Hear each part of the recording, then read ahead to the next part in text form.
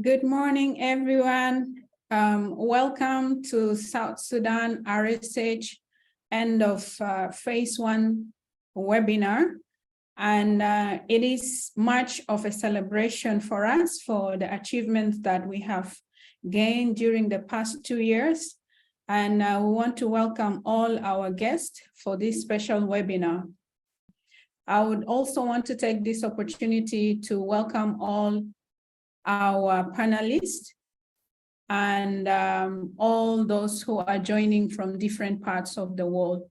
Welcome to our end of phase 1 webinar celebration. So the South Sudan Hub was the third to be established on the Safeguarding Resource and Support Hub after Ethiopia and Nigeria respectively. The hub learned a lot from the already established hub, but also had to have its first attempt at certain things, given the different context. To achieve the RSH overall goal, the hub conducted a number of activities, including trainings. We had 2 mentorship schemes where we trained around 40 less resource organization on safeguarding. We also developed and contextualized free, available, and other accessible resources. We have also conducted research and engaging with different stakeholders within South Sudan. So this particular webinar will explore the journey in which South Sudan Hub took. It will also recognize and appreciate its most significant achievements and also reflect on the lessons learned for the past 2 years. As such, this webinar will have reflections from the hub and stories of impact from different beneficiaries. This webinar, of course, will be in English, but we have Arabic interpretation as well as English and closed captioning will be provided. So today we have a list of panelists. The first one is myself, Rita Lopidia. I'm the Senior Advisor and Executive Director of EVE Organization for Women Development in South Sudan. We will also have Emmanuel Bida. Emmanuel Bida is one of the mentors that we have in South Sudan that supported the South Sudan Hub in mentoring different organizations. We will also have Amule Gaspar. He is an RSH partner, and he has worked closely with the Hub in terms of developing different materials. We will also have as a panelist Farouk Ismail, who is a member of the South Sudan RSH National Expert Board, and he has also worked closely with the hub in South Sudan. We will also have in the lineup Wagutu Grace Atieno. She is the head of programs, Girl Child Africa Foundation. It's an organization that benefited from the RSH mentorship program in South Sudan. Then we'll have Nastasia, who sits at the global office as the RSH partnership lead. Caroline Kibos will eventually chair this meeting. So for a start, as we roll on, I would like to give some few minutes, first of all, to Nastasia to just give a welcoming to all our guests, our participants, the panelists to this important webinar. Then we will proceed with the other programs. Thank you very much. Nastasia, on behalf of the global team, we'll appreciate if you can say some few words. Welcome. Thank you so much for the introduction, Rita.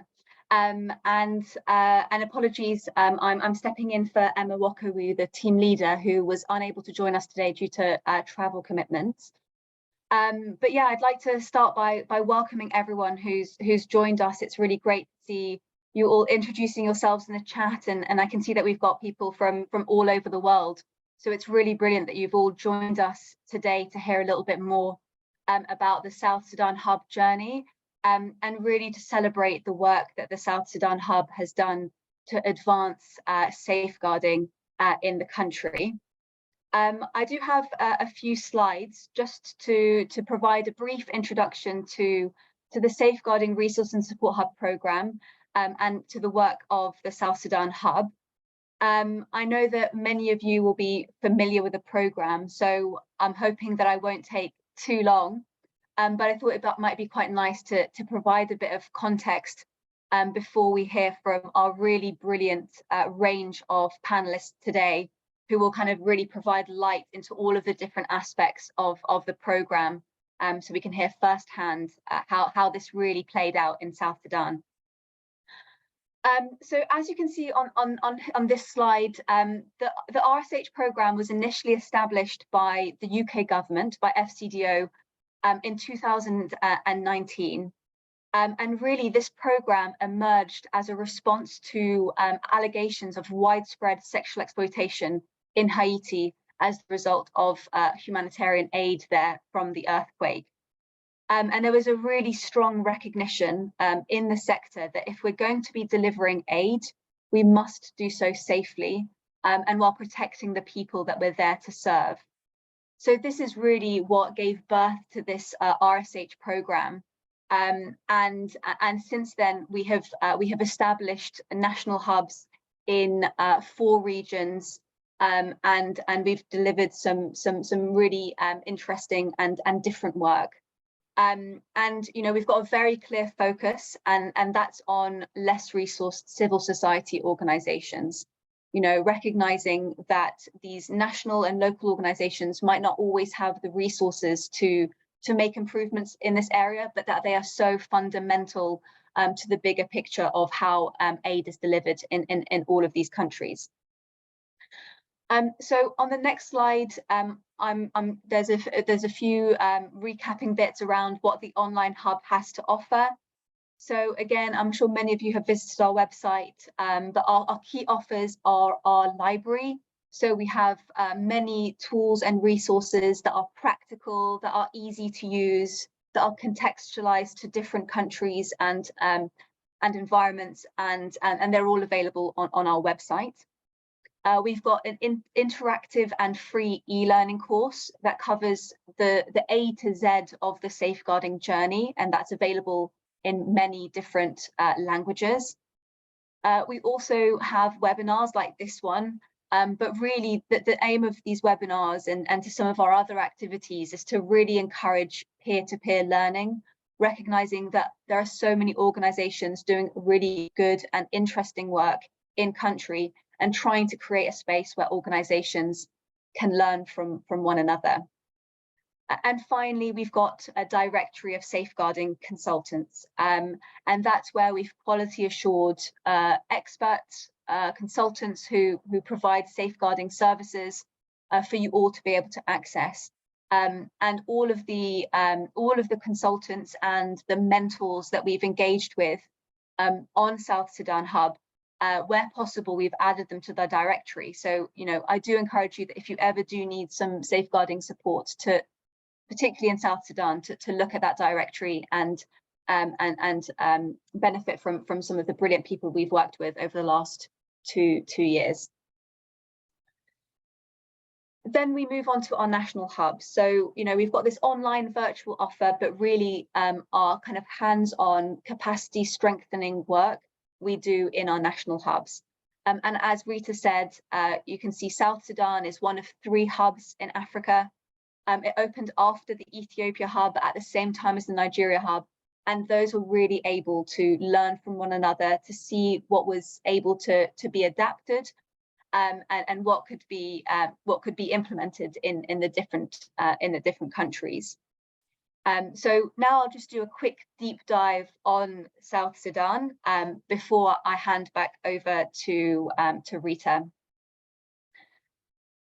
So our approach in South Sudan. So, you know, we have quite a similar approach in all of our national hubs, but the difference is really who we engaged with, our thematic priorities, and just making sure that our activities are really tailored to the context.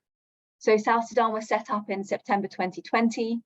Like all of our hubs, the primary audience is less resourced civil society organizations.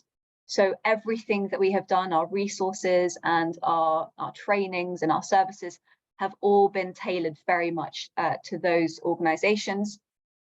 However, we do recognize that other actors in the sector are also incredibly important. And so we do try and partner or collaborate with key actors. So in South Sudan, I know that that the PSCA network has been a key partner, as well as some other INGOs and UN agencies. All of the South Sudan Hub strategy and plan was based on evidence. So there was a big piece of research called the country assessment, which took part at this very, very start of the program to understand what the key gaps were, what the key needs were, and the whole strategy was designed based on that. And then, you know, everything that was delivered in South Sudan was tailored to the context, was contextualized based on the legal framework and some of the cultural norms.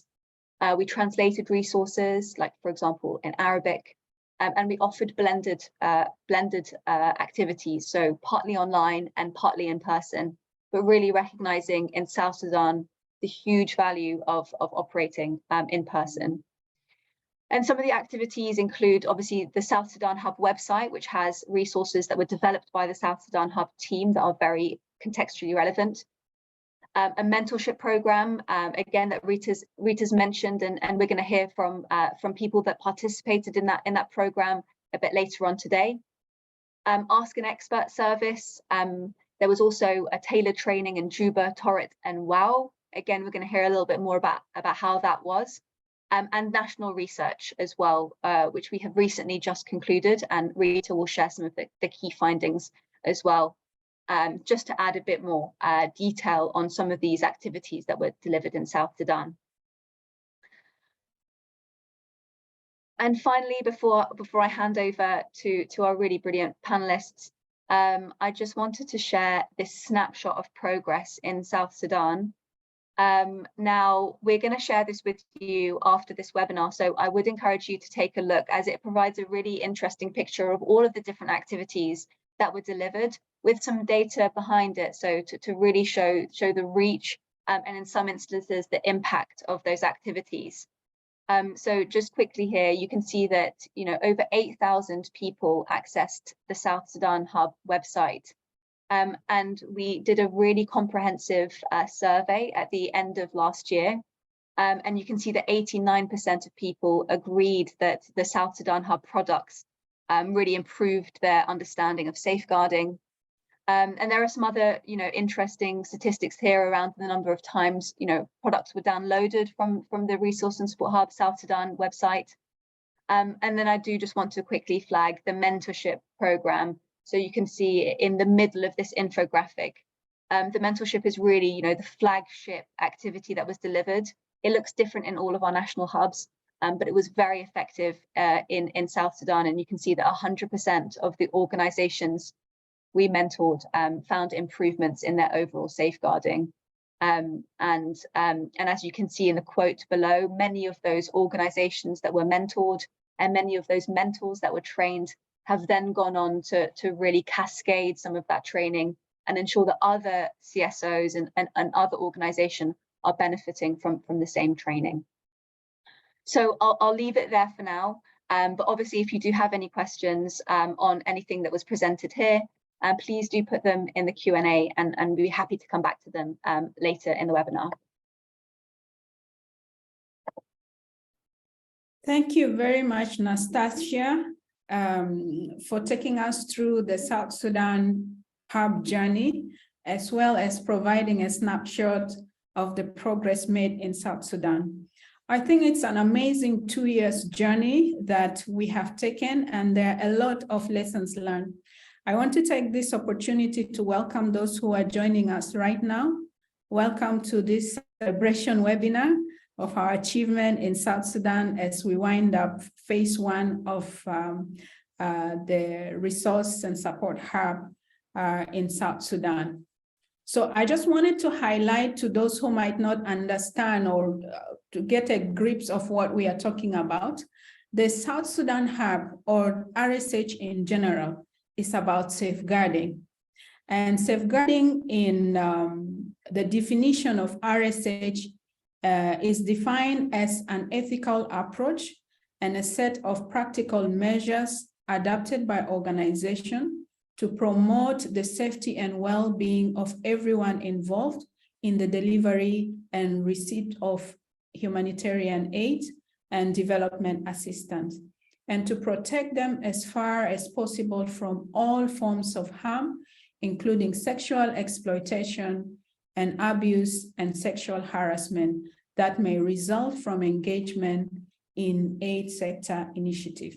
So RSH is all about safeguarding, how we ensure that while we deliver aid, we do not harm our beneficiaries, but as well as we protect our staff and also have a conducive working environment that is suitable for everyone to be able to deliver services to our beneficiaries.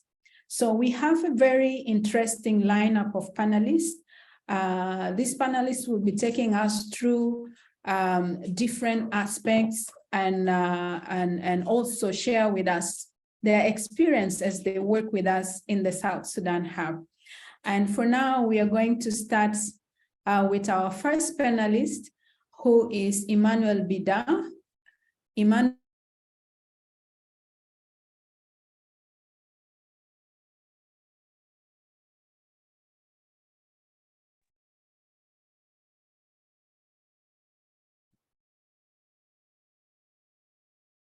Psychologist in Juba Teaching Hospital and a counselor at Humanity and Inclusion. He has gained the skills needed to form rapport easily, something that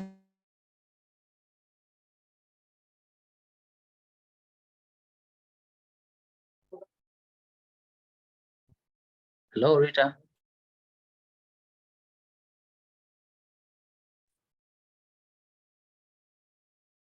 Apologies for the glitch. So I am introducing Emmanuel Bida. He has spent his time offering counseling and psychological support services to traumatized groups within his community. And he is the founder of Healthy Minds Hub in South Sudan. Bida has been an RSH national expert and RSH mentor on safeguarding. Bida, I want to welcome you and ask you to share with us or walk us through your experience being a mentor in the South Sudan Hub. You're most welcome.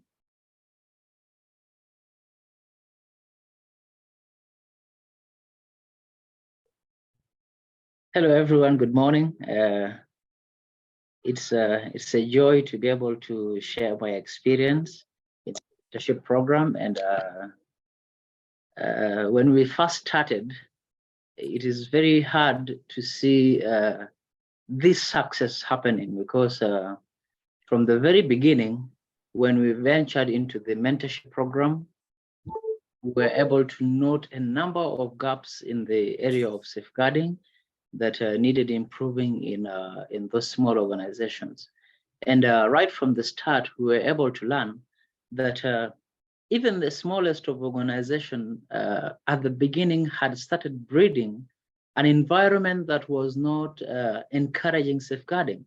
And as a result, you will see that power dynamics from the beginning were very large. You know, the people on the top level of the management were basically dominant, and their decisions were not objected.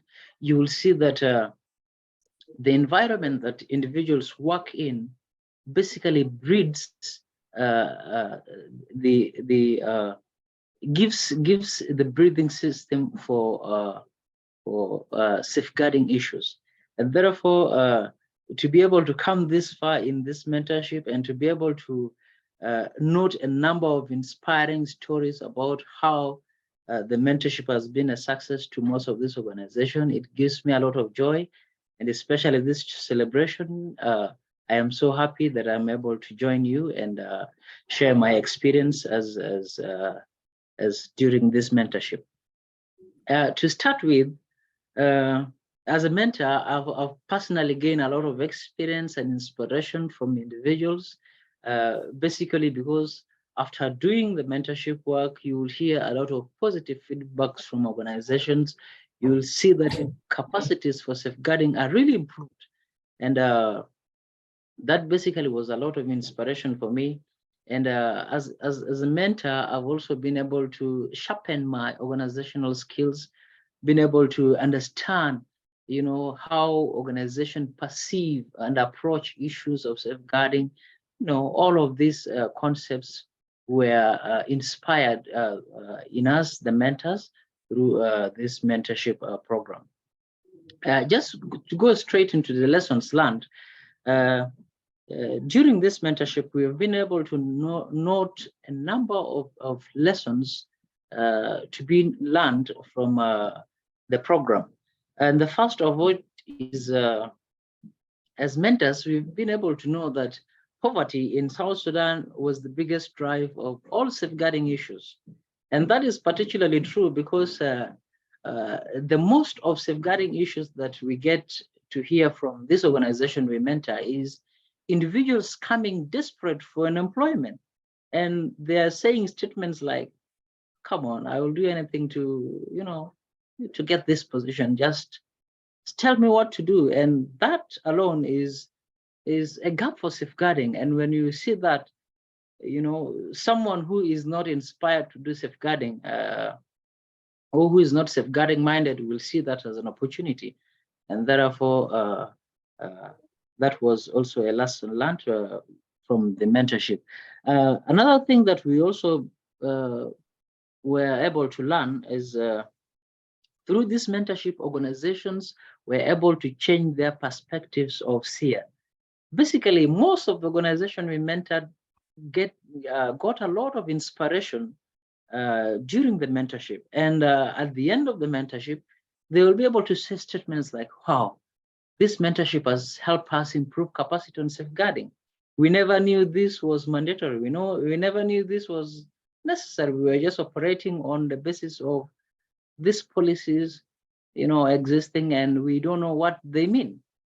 And this is particularly true because most of the organizations that we mentor sometimes have these policies within their system, but they don't have specific knowledge of what these policies are communicating.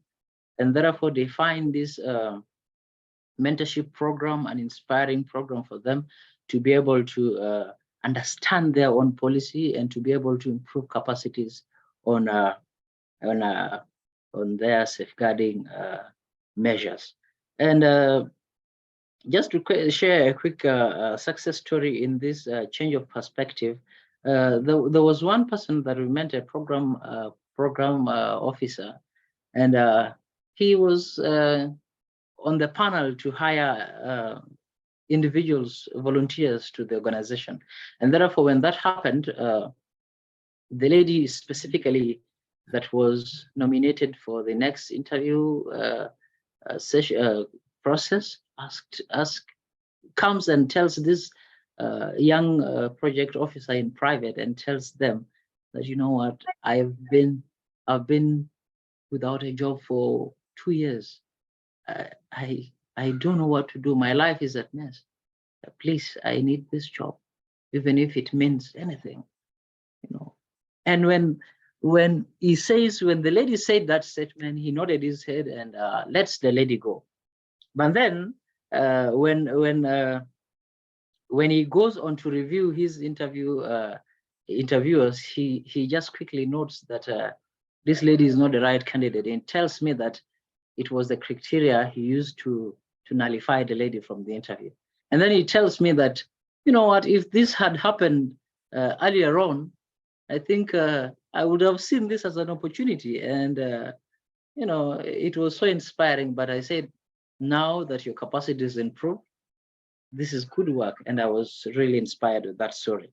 And on the lesson learned, we've also been able to note that 2 out of 3 of all the ladies employed in organizations working for humanitarian organization in South Sudan, whether national or international, most of them at one point during their work or during their employment process has experienced safeguarding issues. They have experienced some form of harassment, some form of abuse, and these are the things that are happening. And as mentors, when we communicate to them and they open up and tell us these things, they tell us that this mentorship is really the right program we need. And we said, inshallah, it should continue. Yes, and that was really inspiring concept there. And also, one of the last lesson that we learned is that through this mentorship, organizations reports was that their reporting and feedback mechanisms are in place, and the organizations that have fundings that are actively engaging with communities are reporting huge success in the formation of this reporting and feedback mechanisms, and they are happy that the Resource and Support Hub had been able to mentor them on forming these measures. So those were some of the lessons that we've been able to now learn in the process, and a number of them that maybe time will not allow me to state all of them. On the challenges, though, we see that at the end of every mentorship, as mentors, organizations normally comes to us and tells us, we would wish to do training for our staffs, and we would wish that this knowledge of safeguarding is communicated to all of our staffs in every of the field offices. But the problem is we don't have funds. That was, I think, the most trending concern and challenge that we recorded. Most of the organization didn't have fund in order to keep on, to carry on their safeguarding activities. So we note that as a challenge. And another challenge as mentors and as myself we've faced is that, most of us were forced to work overtime. And, we are allocated a very limited time to operate. And sometimes the workload that these organizations have and the gaps that they have in the organization will not allow us as mentors to be able to tackle these issues in the shortest time. You have a number of policies to review.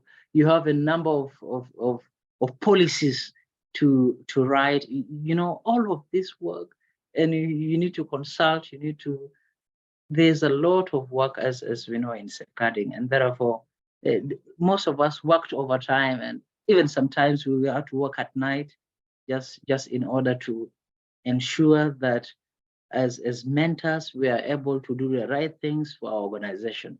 And I think that's one of the challenges we note. And the other challenge is, towards the end of the mentorship, this very phase, there was this transition from personal meetings to online meetings. And most of the organizations that were outside of Juba finds connecting online very hard. Therefore, there was this disturbance and breaks in the mentorship process, and therefore we basically solved that using communications like conference call. That's how we resolve the issue. And then basically, those are some of the challenges that as mentors we're able to face in the mentorship, and a number of them that time will not allow me to state all of them as you might know. But overall, this mentorship session, this mentorship phases has been very positive to organization in South Sudan. We only pray that when the next phase comes in, we pray that maybe some of these donors and probably you donors that are attending with us this celebration will be able to allocate some little grants and some little things in order to kick off the safeguarding activities within this organization. We will really appreciate these efforts from you people. Otherwise, I appreciate your time and thank you for listening to us. We hope that this mentorship continues as the need is really great. Thank you so much. Thank you very much, Bita, for your insights and for taking us through your experience with the mentorship program. And as being the senior advisor to this program, I have actually noted the progress. And as Nastasia mentioned earlier, the mentorship is actually one of the flagship programs that we have in South Sudan. This is a program that really saw a number of less resource organizations, particularly the national organizations, enhance their safeguarding policies. They have risk registers in place. They have reporting mechanism. And we have seen the changes that came along with the launch of the mentorship program. As we have mentioned, RSH is just 2 years, but in South Sudan, the need is huge. And what we have done is just like a drop in the ocean. There is still a lot of need to raise awareness on safeguarding issues, particularly sexual exploitation, abuse, and harassment. It is very common. And with less resource organizations, some do not still have policies. And I mean, the need is really huge in South Sudan. So as we wind up phase 1, we hope that we will get more opportunities to continue with this noble cause on raising awareness of the less resource civil society organization and in partnership with other organizations to really push the issue of safeguarding forward in South Sudan. Thank you very much, Bida. So the next on our panel is we are going to have Gaspar.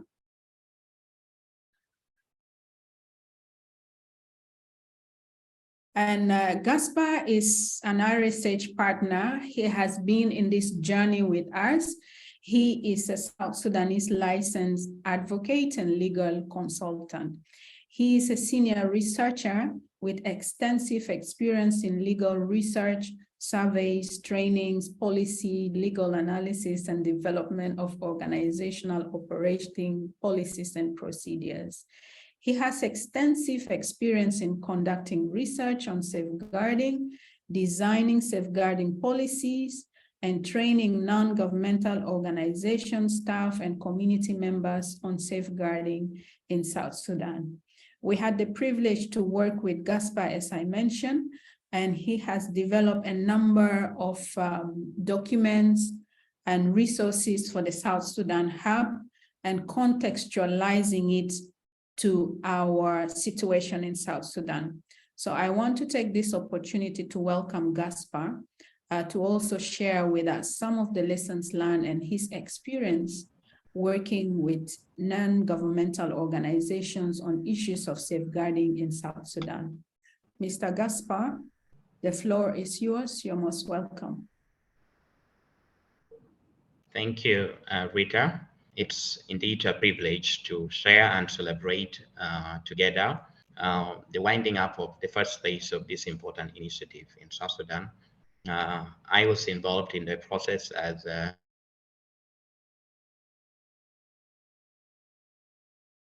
research initiatives related to safeguarding in South Sudan. And those tasks include and that is designed in a way that considers the local context of South Sudan and how that can be realistic. I also participated in contextualizing safeguarding standards in South Sudan, looking at how local organizations, civil society organizations are adopting international standards on safeguarding into their policies. How does that fit into the local context, to the structure of the organization, and their capacity to implement those policies. I also carried on an assessment on developing community-based safeguarding reporting and feedback mechanisms in South Sudan. So in process of undertaking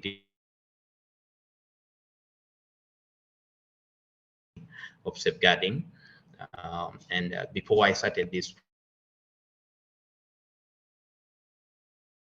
carrying out these assignments, it has really deepened my understanding about safeguarding, and it has also increased my research skills in terms of how did I get informations and get further details and conversational framing questions to get to the right information from civil society.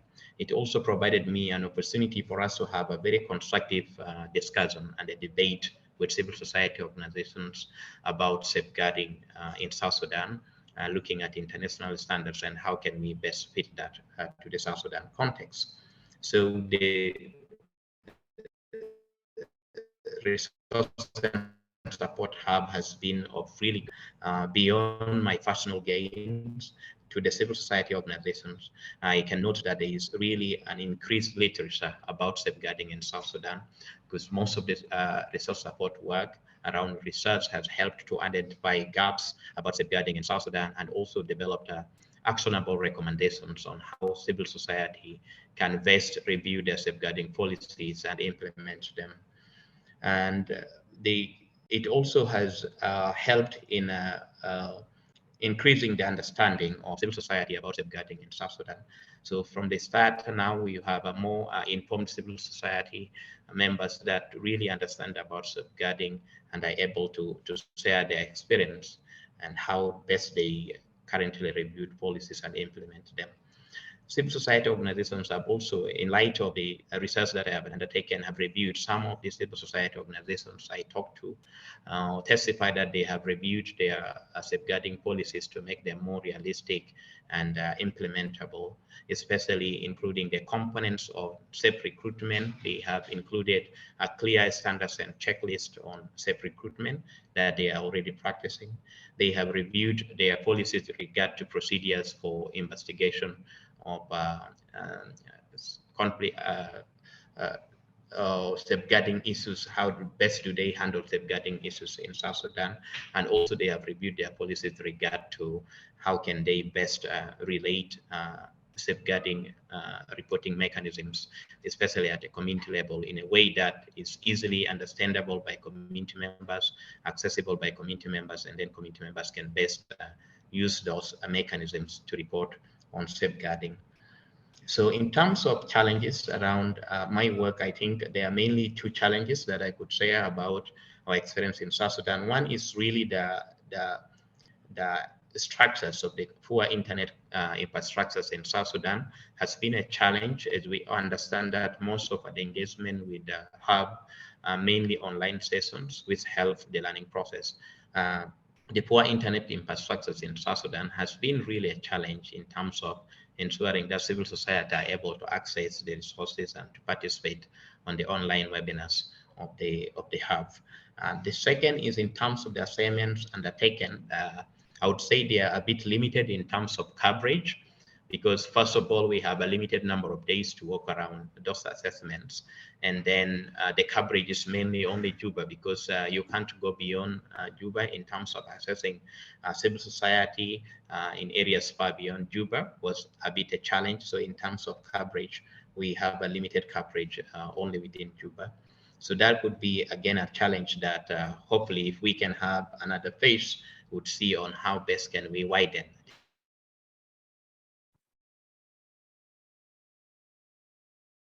at community level, also benefit from these processes.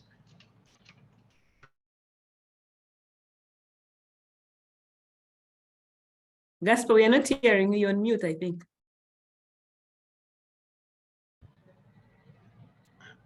Hello? Yes, now we can hear. Oh, sorry. So where do I, when did I go off? The last thing you said was the coverage. You're talking about the coverage. Okay, yes. I was talking about the coverage of the assessments. Yes, I say that it has a limitation in terms of time allocated for us to carry out those assignments. And second is a limitation in terms of geography. So very often we are only able to engage with civil societies in Juba, and we are in Juba. So that means that it's, in terms of research, it really needs a lot of work to be done. And hopefully if we can have a second phase of this program, would hope to widen it to other states so that we engage more with civil societies, because South Sudan is also a diverse country with diverse culture. So in terms of getting, especially in contextualizing safeguarding standards, it's important that we understand how this diversity play into this to safeguarding standards and procedures. So those could be a few challenges that I can share in terms of the journey, a journey of learning, and a journey of informing civil society to best develop the standards that they can implement in terms of safeguarding. Thank you. Thank you, Gaspar. Before we continue, maybe I would like to remind everyone, the attendees, that you can use the question and answer function down at the bottom of your screen, because you will not be able to ask questions. You're all on mute. The only time we'll have is we'll respond to the questions, the ones you type in the question and answer function. So please use the question and answer function. For those who have been asking about the presentations, they will be shared with you after the webinar, the ones whose emails we have, and also the recording will be shared later on. You will have everyone's contact.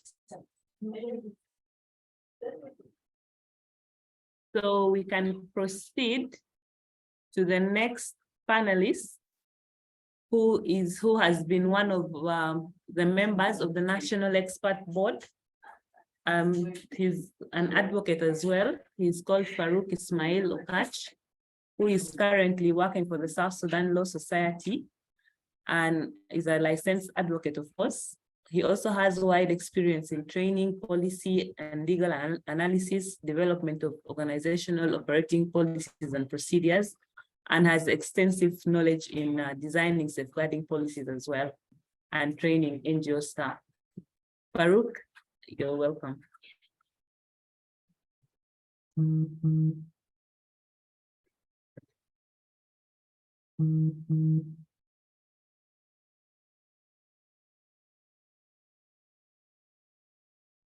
Farouk, are you there?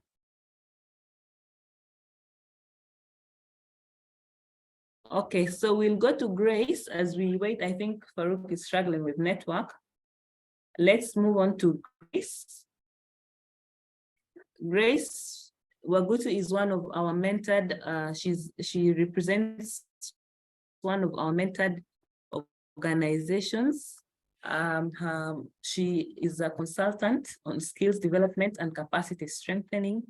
She has vast knowledge in IT, business information systems, project management, women, peace and security, and gender equality through inclusive design. She has 10 years experience in both humanitarian and education sector, and currently leads the program at GCAF, which is one of the organizations that we've mentored. I can also see Grace is not online. So I will hand back to Rita, who has also been on top of our mentorship program, for her to say something. Rita. Thank you very much, Carol. We will move to the next session, and that is my session, and I will be sharing with you some of the lessons learned from one of our main activities. As we have mentioned earlier, that our focus in South Sudan was a number of things. We have been developing different resources apart from the mentorship programs. We've developed several resources that my colleague Gaspar has spoken on. And one of the things that we have also done as we wind up the hub is to do a study on NGO leaders' perspectives and expectation of safeguarding governance in South Sudan. And the aim is that we continue to build a safer sector that is free of sexual exploitation, abuse, and harassment. So can I request, Noel, you move to the next phase? Thank you. So one of the activities, as I mentioned, is for us as a hub to also do a study as we engage with less resource civil society organization. And we have noted that in the context of South Sudan, I think most of you will agree that safeguarding is a recent thing. So there is not really much safeguarding literature in South Sudan to investigate the extent to which the NGO leaders' perception and expectation influence the organization's governance response to safeguarding action. So we have noted that a number of less resource civil society organizations or non-governmental organizations in South Sudan are either actually hearing about the safeguarding for the first time, or through our mentorship program, we have supported them to develop their safeguarding policies and put other policies that can support their work in the humanitarian aid sector. Some of them know about the safeguarding, but it is like an action of ticking a box, not really having an in-depth knowledge and understanding what safeguarding really means in an actual cell. So this study examined a section of national NGO leaders about their experiences of safeguarding practice in their respective organizations' context and conduct in South Sudan against the backdrop of the RSH program in South Sudan. And it has provided pointers for what new adjustments and outlines are necessary to establish a suitable safeguarding practice within national NGOs based on the ingredient of personal change at the leadership level.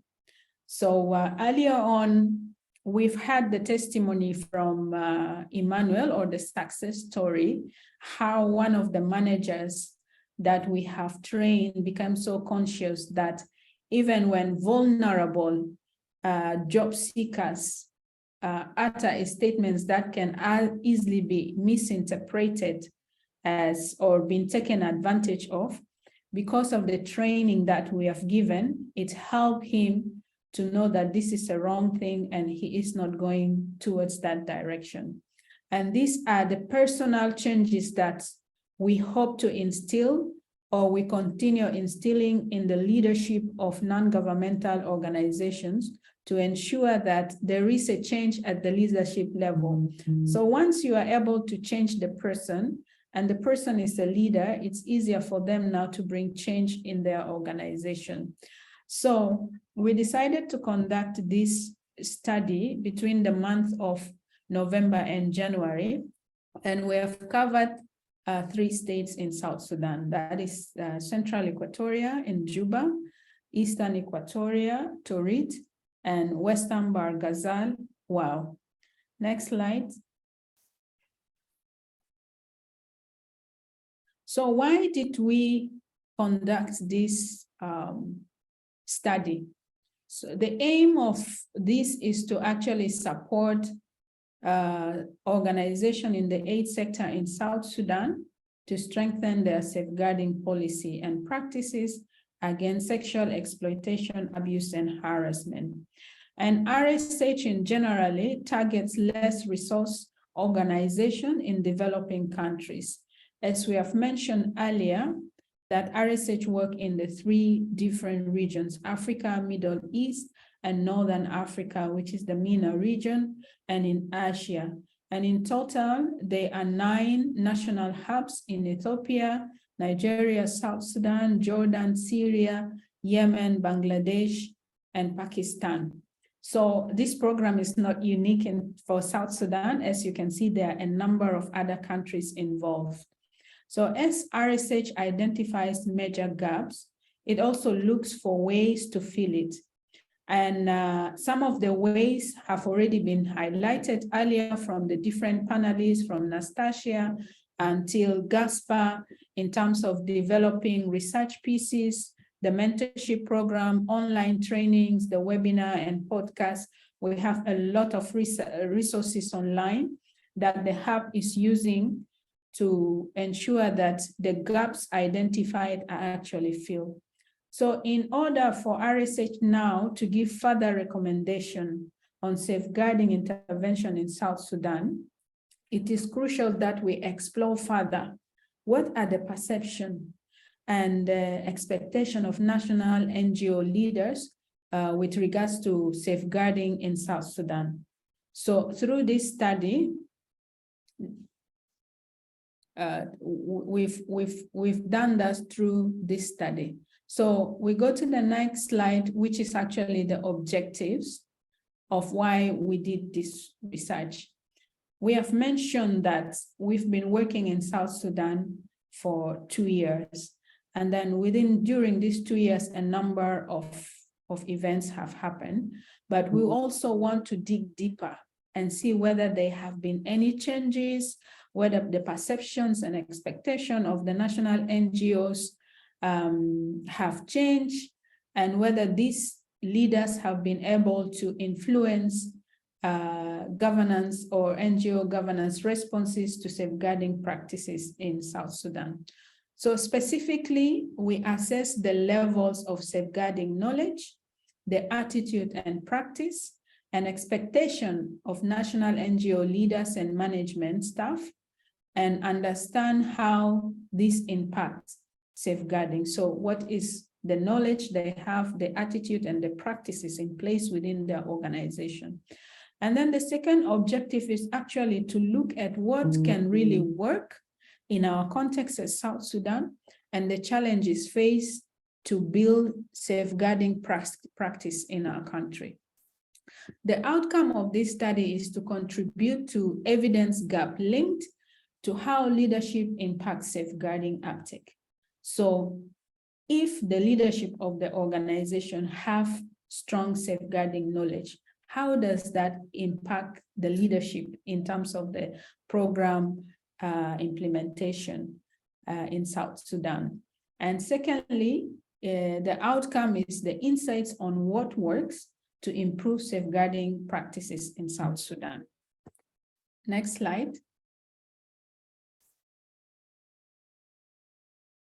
So how did we get the results? Number one, the methodology we used was the desk review, primarily of the RSH Safeguarding Framework 2020, but there are also other online materials that we looked into to bring in the comparatives and also to complement the RSH Safeguarding Framework. And the second method is qualitative, where we gathered an in-depth information from a small sample of national NGO through a mix of key informant interview and focus group discussion with national NGOs in South Sudan. We conducted a total of 4 focus group discussions, and we also interviewed 15 key informants from different organizations in South Sudan. And from the sample size, 28 were female and 19 were male. And from all the organizations targeted, 15 of them were supported by RSH, meaning that organizations that we have trained, some of them have been in our mentorship programs, and then 20 that has not been close to RSH and were just randomly selected for both the focus group discussion and key informant interviews. So the breakdown of the FDGs, which is the focus group discussions, we have group 1 and group 4. These are RSH organizations that we train or have taken part in the mentorship, and group 2 and 3 are non-RSH, meaning that they had no idea of what RSH is doing in South Sudan. So you can also see the breakdown of males and females in every focus group. And we had a total of 8 participants in every focus group discussion. We also have 15 key informants. These are individuals that we interviewed them informally. We interviewed them individually, and most of them are heads of organizations. So 10 of them are also those associated with the work we do in South Sudan, and 5 of them are non-RHs that have no interaction with our programs in South Sudan. Next slide. So what are some of the key findings in terms of the objectives that we have set for this study? So as I've mentioned earlier, we are looking at 3 key things. What is the level of knowledge, the practice and attitudes towards safeguarding? So our first finding in terms of knowledge of safeguarding and information availability, there was expressed general confidence among the participants in understanding safeguarding, its risk, the groups at risk, and preventive measures to be taken, and the referral pathway to address support of survivors. So generally, people have an information. People are confident that they understand the safeguarding principles, what the risks are, and the referral pathway. And then from our target, more than 50% of those who participated in this study cited improved conduct and internalization of their safeguarding policy and the concerted effort they are currently undertaking to mobilize and sensitize their staff on safeguarding. So there is knowledge that it's important that safeguarding policies are in place, and that staff within the organization should actually know and understand what safeguarding is all about. And this is basically because of the 2 years experience that some of this organization had with RSH, and have noted the importance of safeguarding. 85% of those who participated in this program also think that their organization has some realistic understanding of the importance of safeguarding, as well as their level of preparedness in addressing safeguarding issue in their humanitarian work were relatively high, which is between 60 to 70%, citing different stages of actual engagement in safeguarding processes or practices following formulation of associated policy. So these organizations know and they have different level of how they are already implementing the activities. So these are the 3 points that we have taken from the many points that we have noted in the study on the issue of the knowledge on safeguarding. The next point, which is on practice of safeguarding activities itself and the services, most of the organizations stated that they either have a focal point or an ethic committee that initiates, investigates, and allocates redress or deterrent of safeguarding issues. So out of these organizations that we have engaged with, at least they have focal points that are responsible for safeguarding in their organization. And 50% of them express that the practice and scaling up of safe recruitment, safe budgeting, and for others, awareness raising, creating safeguarding policies and monitoring policy implementation are ongoing. So at least every organization is, or most of the organizations are in a level of either creating awareness or already gone into looking into their recruitment policy. So they are different levels, but it is clear that something is actually happening in terms of implementation of safeguarding in their organizations. And 50% also express that they practice safeguarding principles through eliciting feedback from community through dialogue, feedback, radio listening, and family listening clubs. So other organizations have even gone further. Instead of looking internally, now they are looking into their beneficiaries, how they can communicate and make sure that there is an open dialogue between the organization and the community. However, there is a 55% from some of these organizations that they are yet to develop a set of minimum standard of safeguarding concerns and incidents, and they thought it could as well be the case with many other organizations in South Sudan, which is true. As I've mentioned, RSH was able to reach to 3 states in South Sudan, and even in the 3 states, we didn't cover all the national organizations because of limitations that we have. So it is true that there are many other national organizations that are still struggling to put or even to understand safeguarding and also put policies in place. So this is in terms of safeguarding practice in South Sudan. Next slide, please. So the third point was on the attitude towards safeguarding practice and leadership support, which is very interesting finding in this research. More than 50% of the key informant participants underscored that there is still a level of difficulty in understanding and applying the ideas, the techniques, and practices of safeguarding promoted by partners and donors. So most of this organization also noted that sometimes you have donor requirements, and these are just policies that are adapted from somewhere, and it is actually not contextualized to what is happening in South Sudan. So sometimes it is difficult for them to really grasp the techniques and practices of safeguarding that are promoted by these partners. So it is important that some of these policies techniques that comes from the partners are broken down to ensure that it is actually fits into the context of safeguarding practices in South Sudan.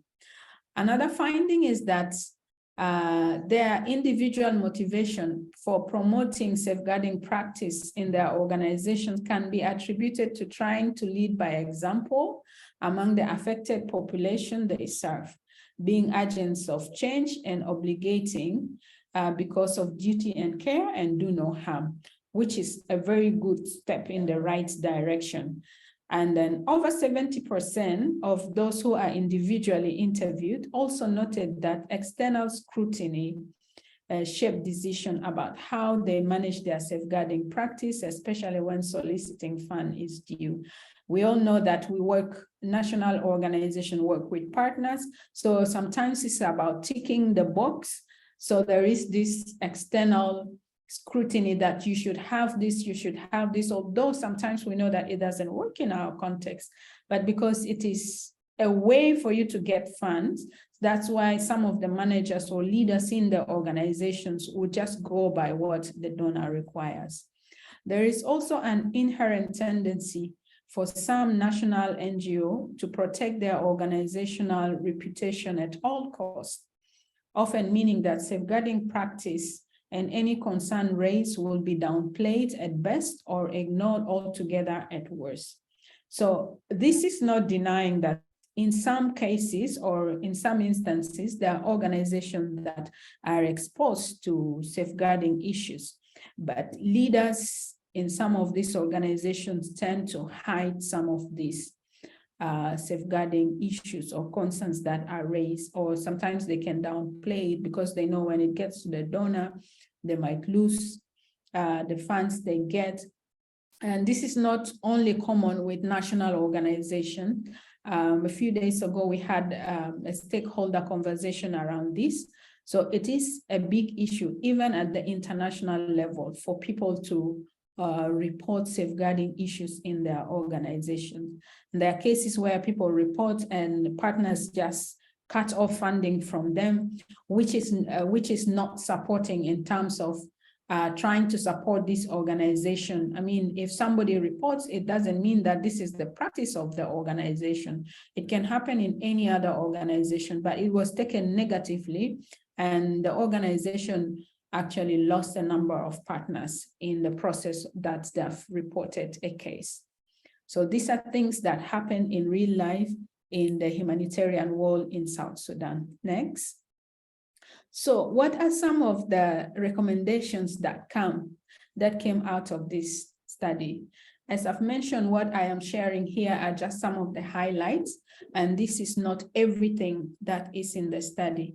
Once we finalize the study, of course, it will be shared so that it can inform the literature or also add to the literature gap that we have in South Sudan.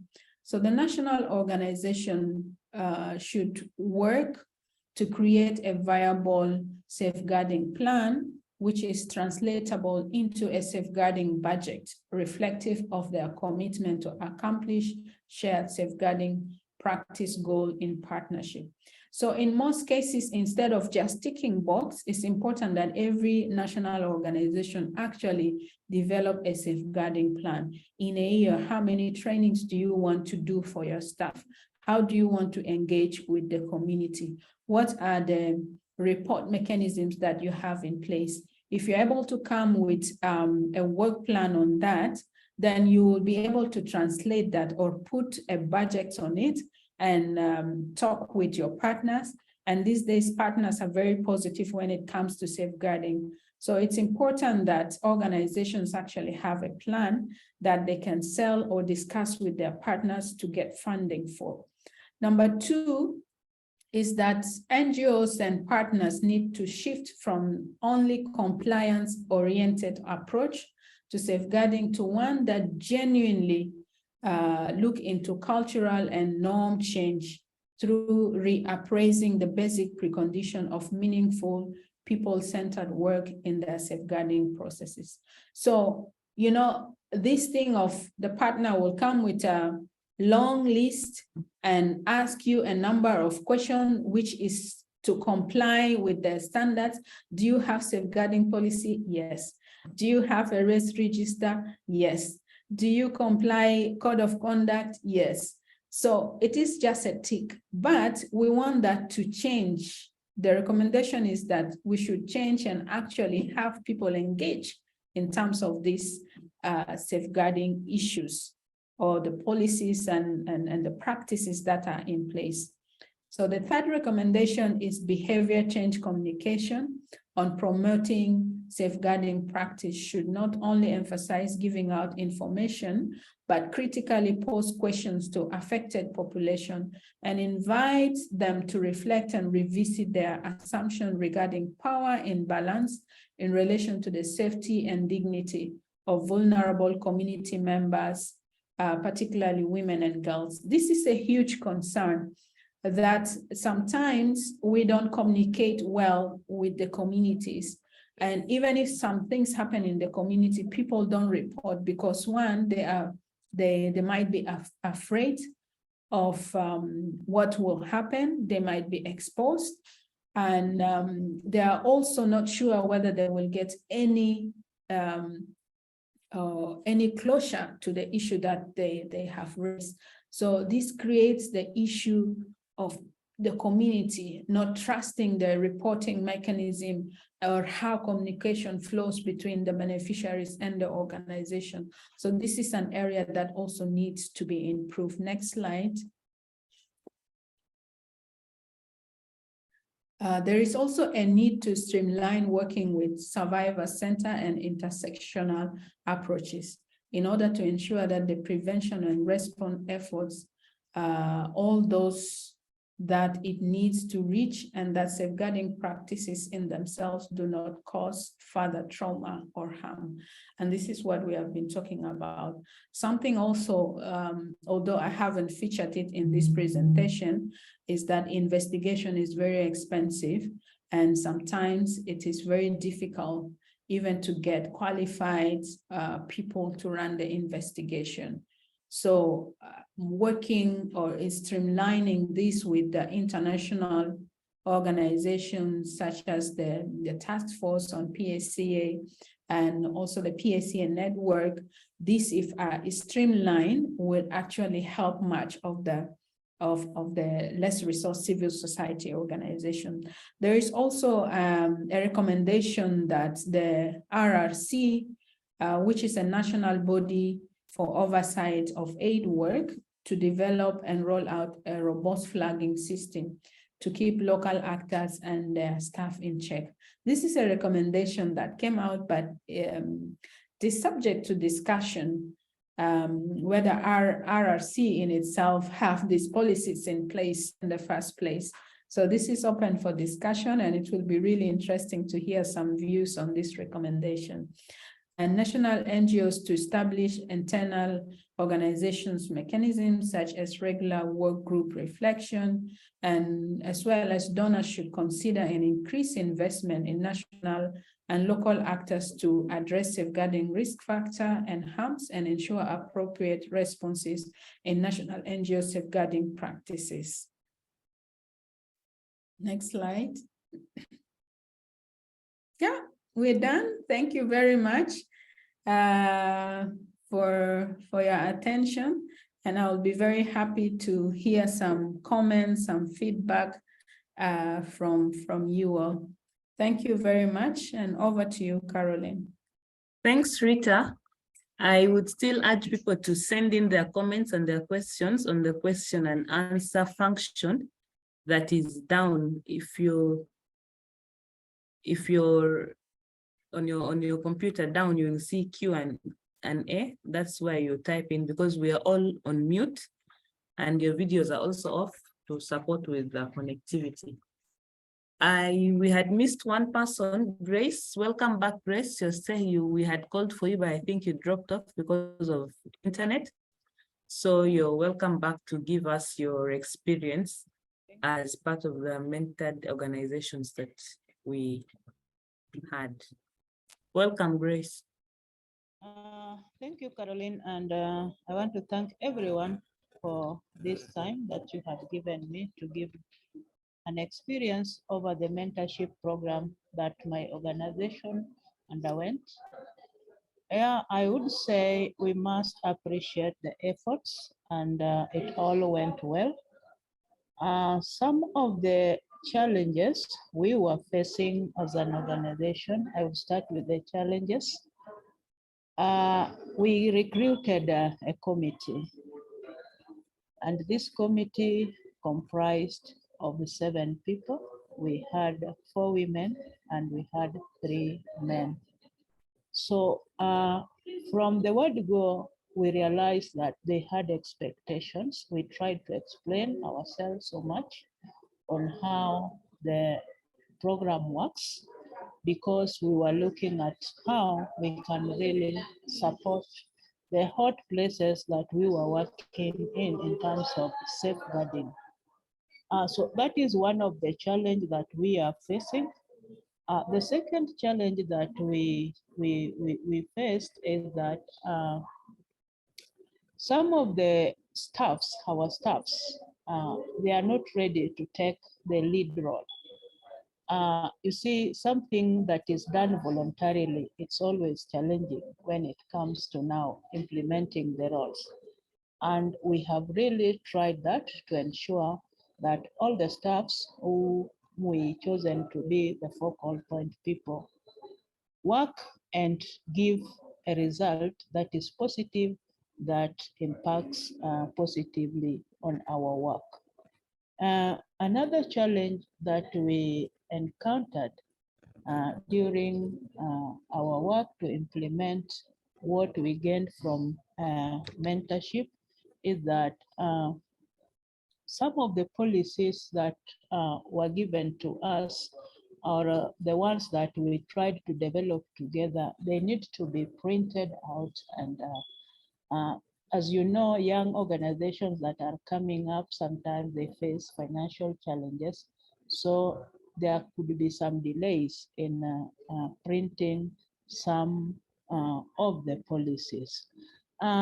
From that, I will go, therefore, to some of the achievements which we have gained from the mentorship program. Some of the achievements, yes, we developed the policies and we have started implementing them.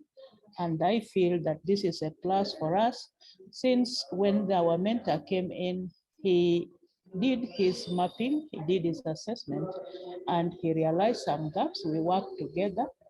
And as we speak now, I believe the gaps are already filled up, and we are trying to do our best to implement the safeguarding policies.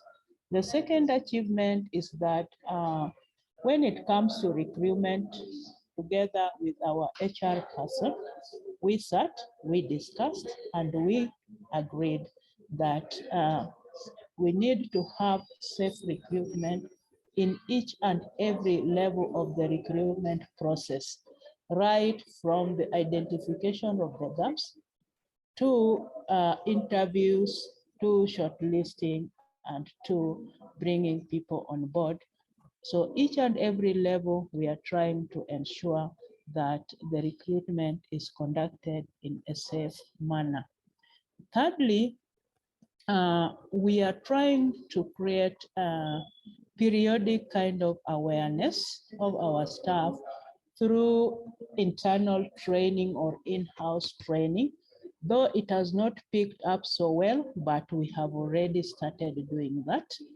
And another point that I wanted to raise as an achievement from the mentorship program is that we are trying with the support of the donors that we have been in a partnership with to integrate safeguarding into risk assessments, and also to integrate them in all the programs that we are planning to undertake.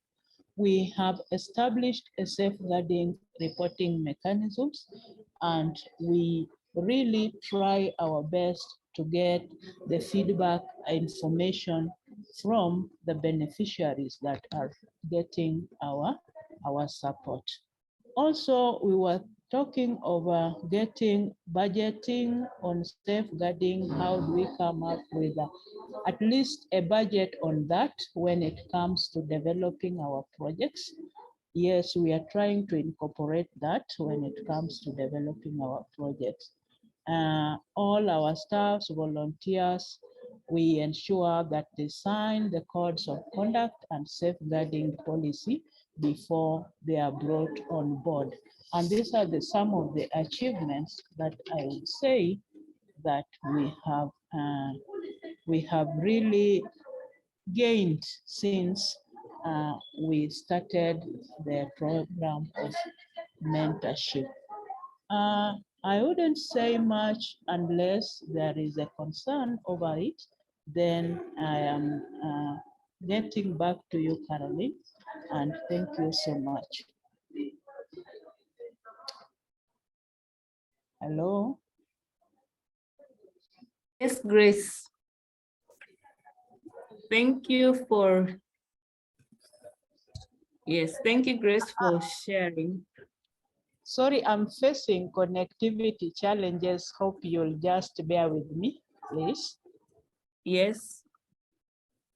Yes. We can hear you and we can see you. All right, thank you.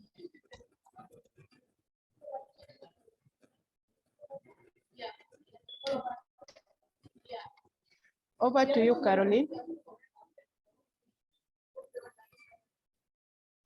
I thought you were still talking. So that's why I said we can still hear you. So our next is going to be. I had just a brief on that. I think I'm getting your echo. Yeah, I was saying that I only had a brief on that, on some of the challenges we encountered and some of the achievements, the milestone we've gone since the mentorship program started. All right. Yes, thank you. Thank you, Grace. Our next presentation is going to cover the way forward or what's next for the South Sudan Hub. So I'll ask Noel to put up the slides.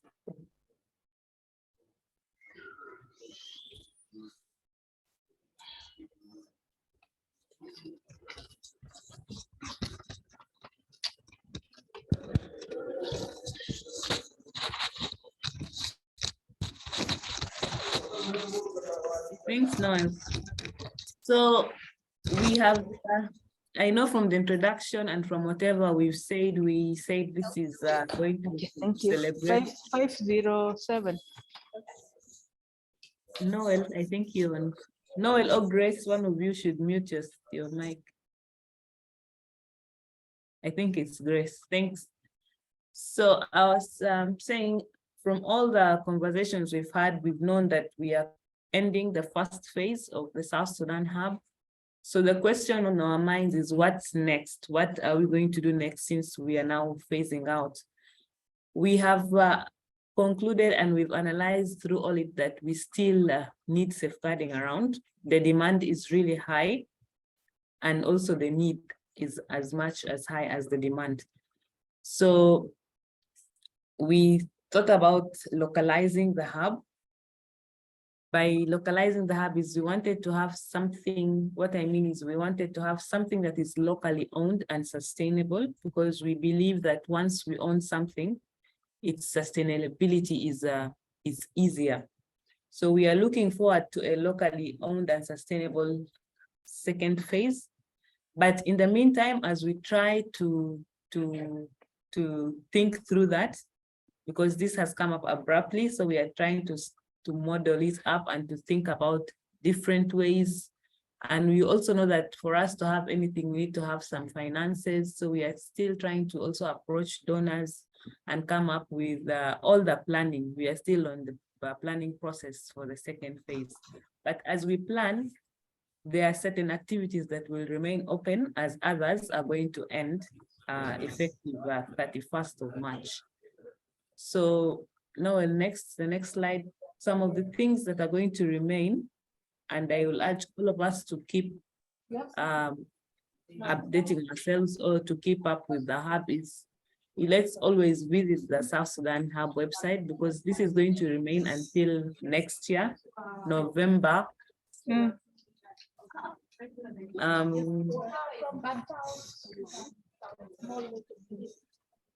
So, and then we need to download the resources from the South Sudan Hub. Grace, can you mute your? Okay. All right. Aaron, you can go ahead. So I'm saying we need to download resources from the hub and the library. If you go to our website, you will see the space for resources. You'll be able to download the resources. In our resources, you'll also see our recordings, all the things that we've done. You will see it from the website in the library section. The e-learning course is still available. You can still go to the website and continue going through to complete the e-learning course, because we have 5 modules. I know some of you have not even done 1 module, so you can still go back and do all the modules. The modules are found in English, Arabic. We also have it in other languages not consumed by South Sudan. But then I know there are people who may want to consume. You can encourage your other friends to still go through and see. You can also attend webinars, because RSH is not only in South Sudan. There are other hubs that are still running, like in Eastern Europe and in Asia as well. So you can attend webinars that are hosted by those hubs. Some of you that are in our MailChimp, whose email addresses are with us, can receive those invites. And please make sure you attend, because the flooding is an international topic. It covers and it cuts across all of us. And then you'll also be able to receive the global newsletters. By global, I mean our global hub, the central hub newsletters are still going to be available. And then we'll be able to receive them and see, to consume some of the resources that will also be put in the global newsletter. This is what I have.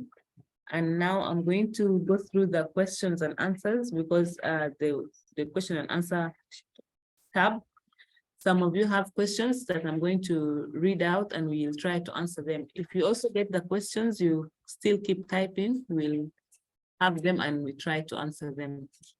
So someone is asking whether there are well-defined interagency reporting mechanisms with a clearly designated focal point, and what are the community-based reporting and feedback mechanisms.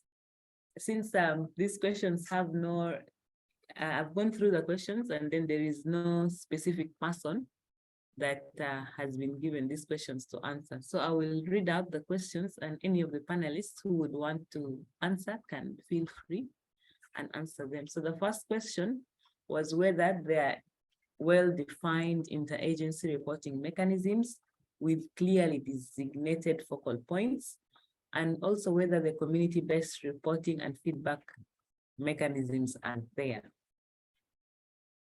I would throw this question to Gaspar because he has worked on this before, and I feel among the panelists is best placed to answer this.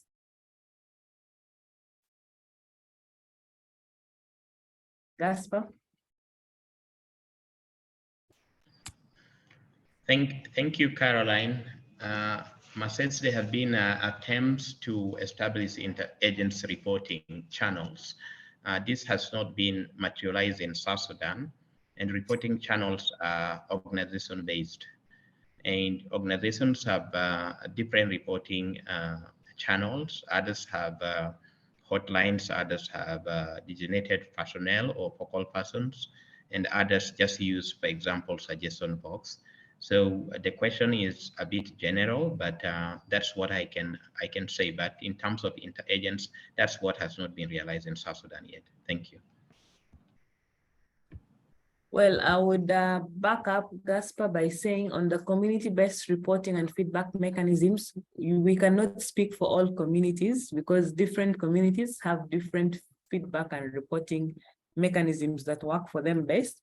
And what we've always encouraged is that whenever you're designing community-based reporting and feedback mechanisms, you need to actually consider or consult with the communities because each community has a different context and they know what works for them best. Yes, someone would like to answer this again. Someone would want to also add. Is this Noel or Betty?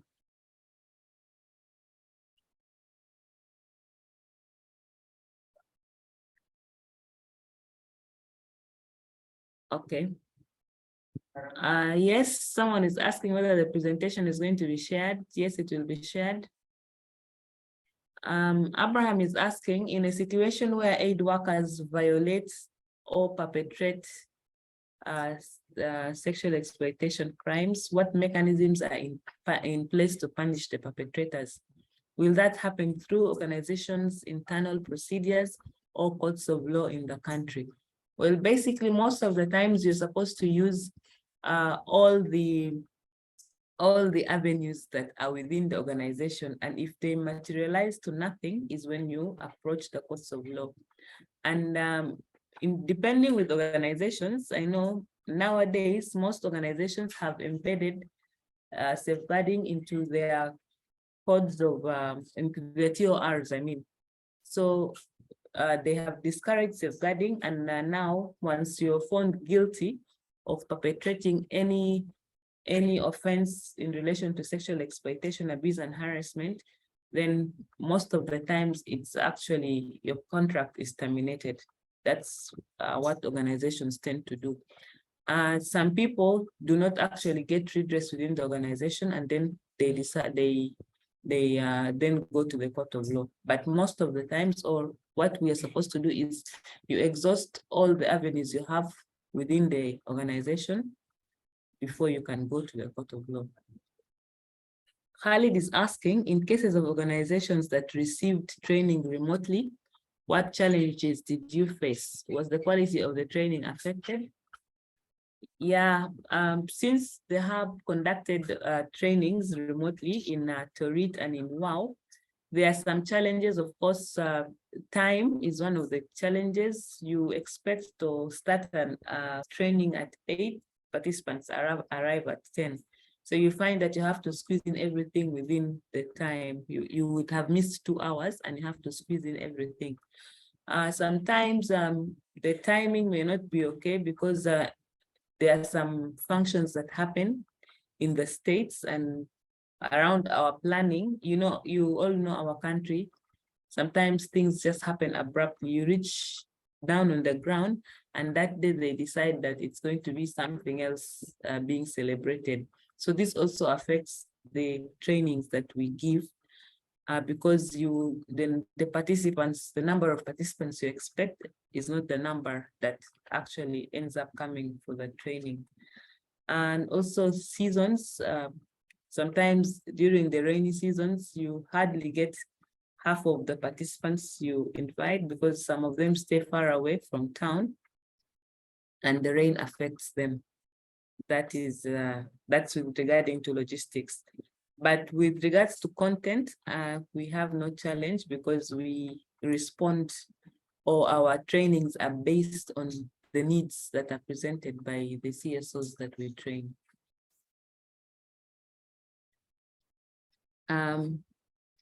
Martha is asking if reporting is sometimes taken negatively by the funding organizations. How do we promote? We should bring a reporting culture and put in place reporting. How do we promote? Okay, I didn't get the question very well, but I think she's asking whether there should be a reporting culture in place and reporting mechanisms. Normally, funding organizations don't take reporting negatively because they actually encourage people to report, and they, especially the donors that we've worked with, they actually encouraged organizations, or they encourage survivors to report. The issue is that the reporting mechanisms may not be known to the survivors. For instance, it's the donor encouraging reporting, but the survivor does not know how to report to the donor because the reporting channel that they know is with the organization that they are directly in touch with. And sometimes they don't feel safe enough to report because they think that there are games that are being played, or they think that their reports may not be acted upon, which is simply a lack of trust in the reporting mechanism that's available to them. So what we need to do is that we need to make sure that we carry out awareness of reporting mechanisms that we have in place, so that people know that yes, there are these reporting mechanisms and this is how they should be used. And they should also know what to expect after reporting.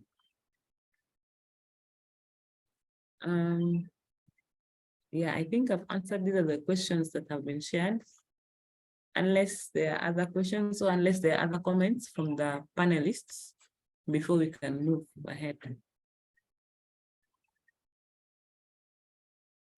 Maybe just to add on Abraham Wane's question, in the situation where aid workers violate and perpetrate safeguarding crimes, what mechanisms are there in place to punish them? Some of these mechanisms are different, and it depends on the type of the crimes they commit. Some of the crimes are termed as grievous, and some are defined by the law as criminal. When the safeguarding crime is that of things like rape, that ceases to be only a safeguarding concern, but it is also a criminal offense. Therefore, some of this immediately taken to the courts of law for proceedings. But then some of the cases that can be handled within organization, like harassment and exploitations, those can be handled within the organizations, working policies and the rest. Thank you. Thanks, Vida. So I want to share a few points. I think there are also comments in the chat which didn't necessarily get to the Q&A. A few points that I've noted. Number one, the investigation. Of course, investigation is very expensive, and not every organization can afford investigators.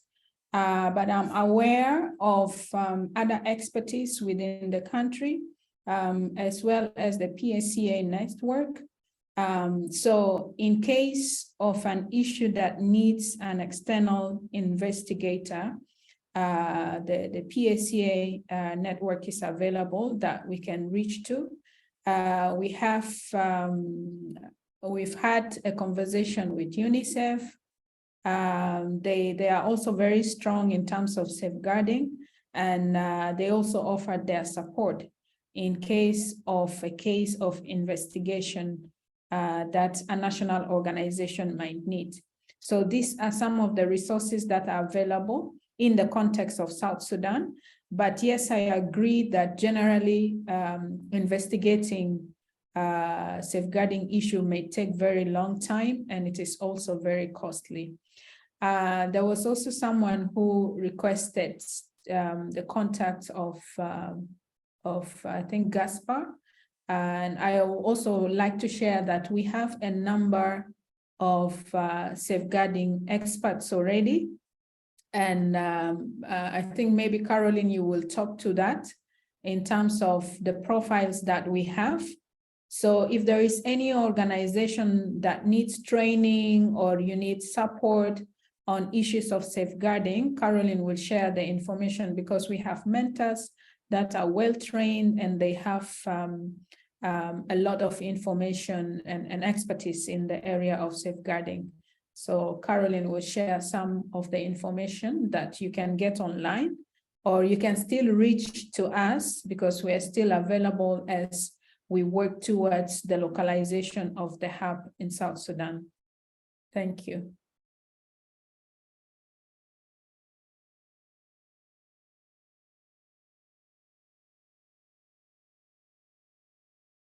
Carol, unmute yourself. Sorry, thank you, Rita. Someone is asking you before you go off for the justification of the research. As in what necessitated the research. Someone is asking what necessitated the research. Okay. All right. I've mentioned earlier that we have done a number of activities. For instance, the trainings, we have done mentorship, but we have noticed that there is a gap in research in South Sudan in terms of information about safeguarding. And the justification is, yes, we have been in existence for 2 years, and we also want to dig deeper whether what we have done has really had impact on our organizations or the organization that RSH has interacted with, and comparing it with organizations that have not had any contact with RSH. So the justification is that, yes, we have been here for 2 years. We want to know whether we have contributed, and we also want to add to the literature available on issues of safeguarding in South Sudan. Because if you go online, there is limited resources when it comes to issues of safeguarding, and particularly research or literature on national organizations and their work featuring safeguarding in South Sudan. So we want to add literature out there to help also reduce the gap, but we also want to see whether what we have done has really had an impact. So this and many others, of course, the objection, and also trying to find out what works in South Sudan was the justification or why we actually commissioned this study on the perceptions of national organization leadership in safeguarding practices in South Sudan. As I've mentioned, we'll share more of the information, and we will also share with you the link once the report is out, so you can read through and get more information on the research on South Sudan. Thank you. Thanks, Rita. Just quickly, I would like to bring our attention to the South Sudan legacy page as we close out as we end phase 1 of the South Sudan Hub. we've designed a legacy page. It's more or less like what you would find in our website, where it will comes you to the RSH South Sudan Hub.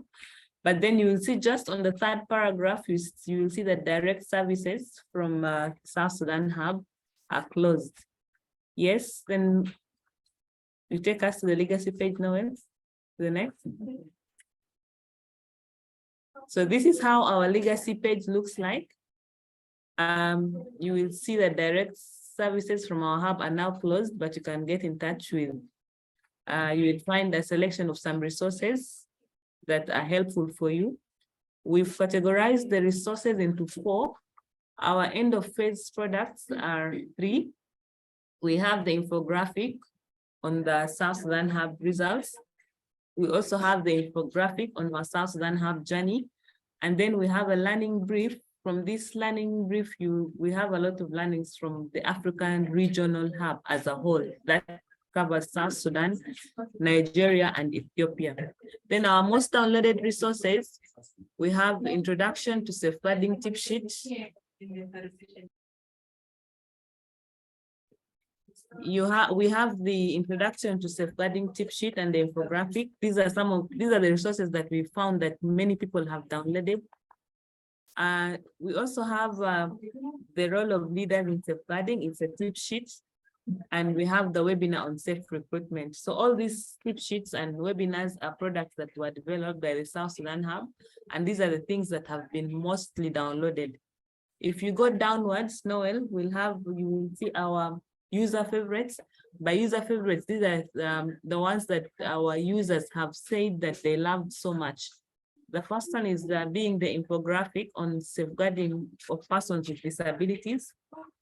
And also there is a tip sheet on the same. And one of our mentors had written about their experience in mentorship in South Sudan.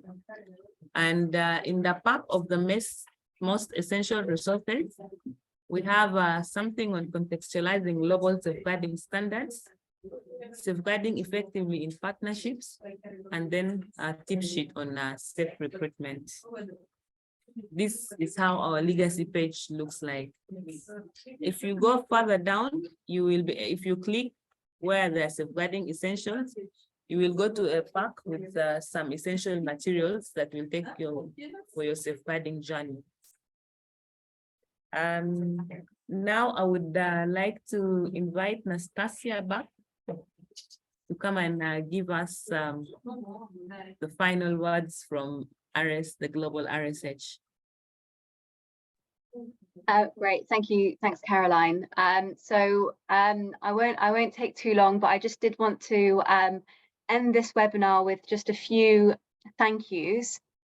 Firstly, I want to say a really big thank you to everyone who's joined us on this webinar today. We really appreciate the time that you've taken. 2 hours of your day to spend on Zoom is a really big ask, and it's just been so brilliant that you, like, just looking at the chat, just how international all of you are, really covering a lot of different countries, and you've just been super engaged on the chat and in the Q&A. So thank you so much for joining us today for this celebration. I also really wanted to thank all of the panelists for their really thoughtful and honest reflections about all of the different activities that they have been involved in. And it's just a really useful way to get a proper insight into how some of these activities are being delivered in the country. We heard from Emmanuel about his experience as a mentor and how impactful it was, but how there is so much more that needs to be done, and how much time it really takes to support an organization at the start of their journey. We also heard from Grace, who was on the other side of the mentorship, so whose organization participated in the scheme, and we heard just some of the challenges, but also how the mentorship program has allowed her organization to really start integrating safeguarding across the whole organization, from risk assessments to recruitment. So really brilliant to hear how that's had an impact on her organization. And finally, Gasper, who shared some really interesting reflections about how safeguarding is applied in South Sudan specifically, and really made such an important point around contextualizing, particularly in a context like South Sudan, which has such a diverse culture. So thanks to all of our panelists for joining us today and for sharing your reflections, including some of the challenges. And then finally, I just want to really thank the South Sudan Hub team, for their dedication and their work on the program. Noel, who is our communications and admin officer, who's been sort of working, in the background all day today, but who has had such a key role in supporting South Sudan on outreach and on preparing trainings and on other webinars. Thank you so much for your time, Noel. And then Rita, who is the senior advisor.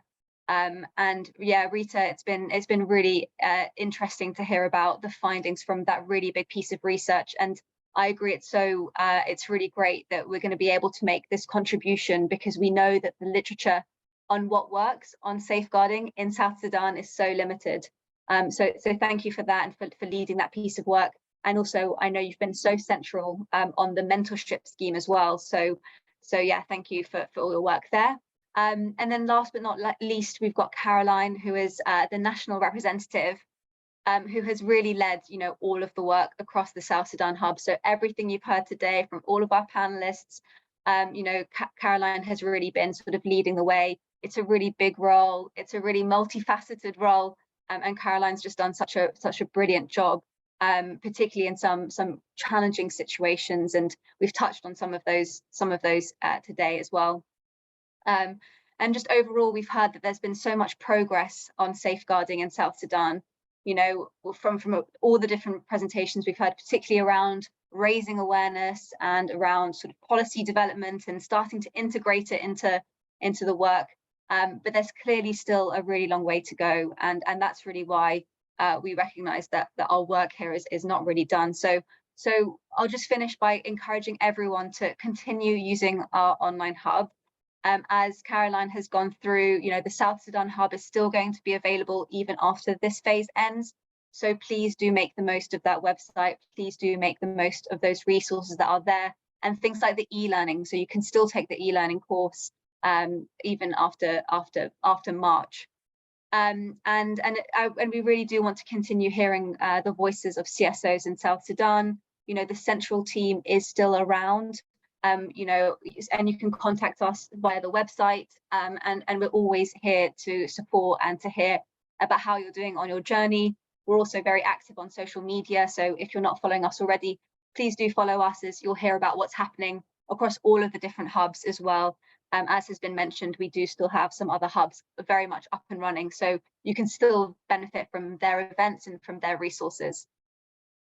Just to reiterate that we hope that all of you can continue to champion this agenda and really help us to ensure that work is delivered safely in South Sudan.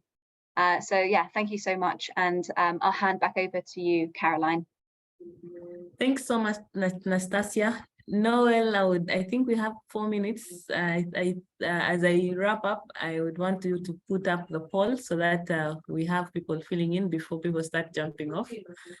I would like to thank everyone for joining this webinar and everyone for joining the South Sudan Hub in its journey. It has been an amazing, I would say very amazing journey with a lot of ups and downs, but so is life. We have many ups and downs as well. As Nastasia said, my role has been the national representative, and it has been a multifaceted role. I've enjoyed it, but I would not have done the much I did without the help of my colleagues from the South Sudan Hub, Rita, who's been an advisor, and Noel, who has been a more background person, but very, very helpful as well. And also, I would like to thank the global team for always giving us that support, especially you, Nastasia, for working tirelessly, even through the night. We're on different time zones, but thank you for giving us all that support that we needed. Sometimes we don't even notice the much that you've done, but thanks so much. We'd also thank our sister hubs within Africa, in the Middle East, and in Eastern Europe, that we've always shared experiences and shared some learnings and shared the challenges together and forged a way forward. We hope that the second phase will come in as soon as possible. because of the need and the demand for safeguarding in South Sudan. For all those ones who have been following up the hub, we ask that you don't tire, you keep following the website. There are still resources there. Please join in the webinars from the other hubs because they are as useful as the webinars that we've had. And as we go back and replan and reorganize for phase 2, we hope to see you again.